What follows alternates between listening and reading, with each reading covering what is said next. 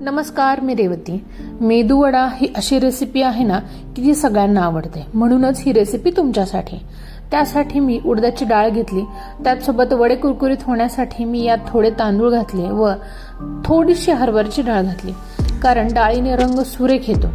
हे सर्व स्वच्छ धुवून साधारण 4 ते 5 तास भिजवून घेतले। त्यानंतर डाळ कमीत कमी पाण्याचा वापर करून छान वाटून घेतली। मग यात कांदा कढीपत्ता घातला।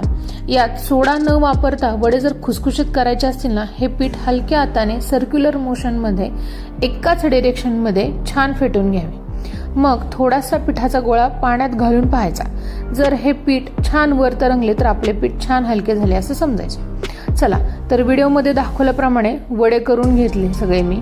हा व्हिडिओ तुम्हाला जर आवडला असेल तर लाईक शेअर सबस्क्राईब करा। ही रेसिपी ट्राय करा, मला कमेंट करून सांगा कशी झाली आहे ते, आणि माझ्या इन्स्टा पेजला फॉलो करायला मात्र विसरू नका।